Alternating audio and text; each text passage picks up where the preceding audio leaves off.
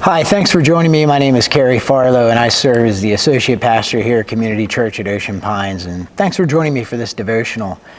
I want to talk to you a little bit about fasting. And fasting can be kind of an unpleasant subject for some. I want to take some of the stigma away from that. I want to talk a little bit about what fasting is, what it isn't, and I want to give you some encouragement. There is power in surrender and self-sacrifice. Fasting can be an important tool. If you already practice some form of fasting, I want to encourage you to continue. And if you don't, I want to ask you to prayerfully consider it. First, let's talk about what fasting isn't.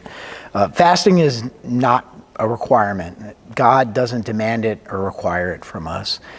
And I think it's also important to say that fasting is not some sort of way to get God to do what we want.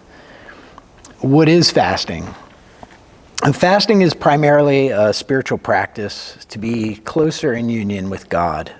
It's a recognition of our dependence on Him. Fasting and prayer are always linked together.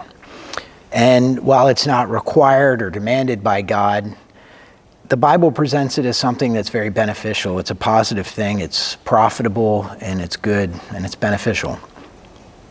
In the New Testament, often believers will fast before they have to make important decisions. And you can see a lot in the book of Acts, this happening. Fasting is often giving up food, but too often the focus is on the lack of food and not really what its intended purpose is, and that's taking our eyes off the things of the world and focusing on God. Anything given up temporarily in order to put your focus on God can be considered a fast. So while food is normal for fasting, giving up food, it's not always the case. Anything that you're giving up for a temporary time can be considered a fast. And health is our primary concern, so this can be helpful for someone who maybe can't fast for health reasons. Orthodox Jews consider Yom Kippur to be the holiest day in the calendar, and fasting is an obligation for them. But of course, they make exceptions for people like seniors and pregnant women.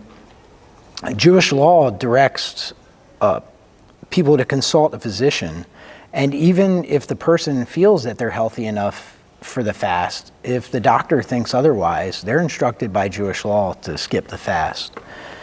So what are some other ways to fast? Let me give you a few. Technology, putting our cell phones down for someone who has it glued to their hand most of the day, can be a great way to fast. Social media can be another one.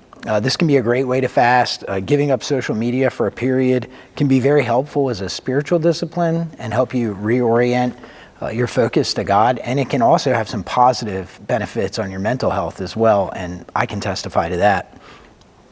Also, giving up other worldly things. You can try taking a break from football for a week, or maybe a break from secular music or non-religious books.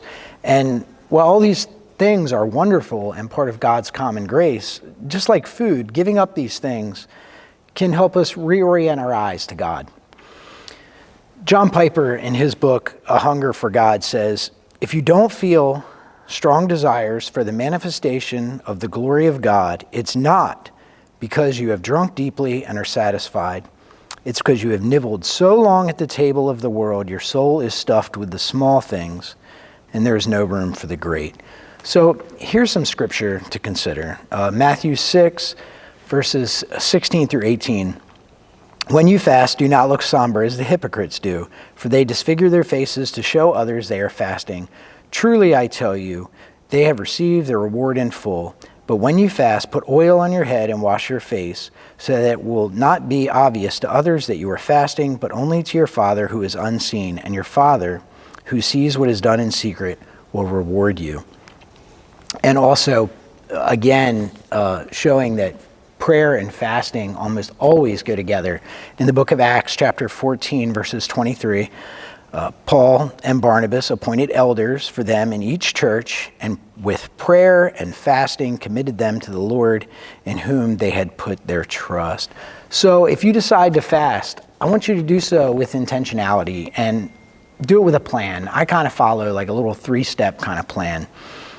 Number 1 is identify the purpose of the fast. Number 2 is commit to a time period.